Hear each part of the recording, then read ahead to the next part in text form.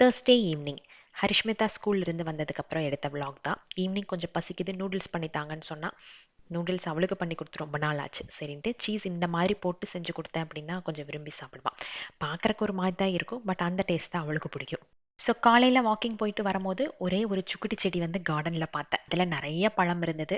கொஞ்சம் வந்து பறிச்சுட்டு வந்துட்டேன். நம்மளோட க்ரோ பேக்கில் போட்டு விட்டால் நல்லா வளருமே அப்படி. ஸோ அதை வந்து கொஞ்சம் தண்ணி ஊற்றி நல்லா மேஷ் பண்ணி ஈவனாக க்ரோ பேக்கில் ஸ்ப்ரெட் பண்ணி விட்டுட்டோம் அப்படின்னா சூப்பராக வந்துடும். இப்போதான் திங்ஸ் எல்லாம் கொஞ்சம் கொஞ்சமாக அப்படியே செட்டில் ஆகிட்டு வருது. அப்படியே பேரலாக இந்த கிச்சன் கார்டன் எல்லாம் கொஞ்சம் ரெடி பண்ணணும். இங்கே நம்ம வீட்டில் வந்து சோலார் தான். ஹீட்டர் வந்து எந்த பாத்ரூமுக்குமே இல்லை. இப்போ அடிக்கிற குளிருக்கு சுத்தமாக தண்ணி வந்து சூடே ஆக மாட்டேங்குது. அதனால காலையில் மித்துக்குட்டி குளிக்காது. ஸ்கூலுக்கு போயிட்டு வந்துட்டு ஈவினிங் தூங்கி எழுந்திருக்கிறான் இல்லையா, அந்த டைமில் அதுவும் கேஸில் தான் வந்து தண்ணி சூடு பண்ணி அவனை குளிக்க வைக்கணும். ஸோ குளிக்க வச்சுட்டு அப்படின்னா கொஞ்சம் நல்லா பிரிஸ்காக இருப்பான்.